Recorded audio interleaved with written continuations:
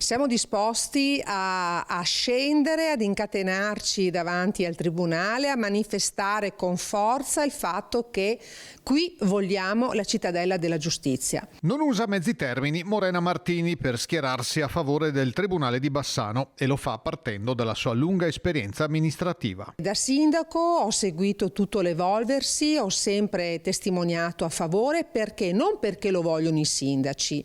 Noi siamo gli interpreti di quello che ci chiedono le aziende e di quello che ci chiede il territorio. Abbiamo costruito con fatica e con dedizione, grazie al susseguirsi di diversi sindaci di Bassano del Grappa, un percorso che adesso può trovare una risposta con delle mura che sono già state costruite. Quindi è inammissibile che sindaci dell'Alto Vicentino prendano una decisione che ha veramente dell'affair politico contro delle città, contro un territorio che dovrebbe essere un territorio amico.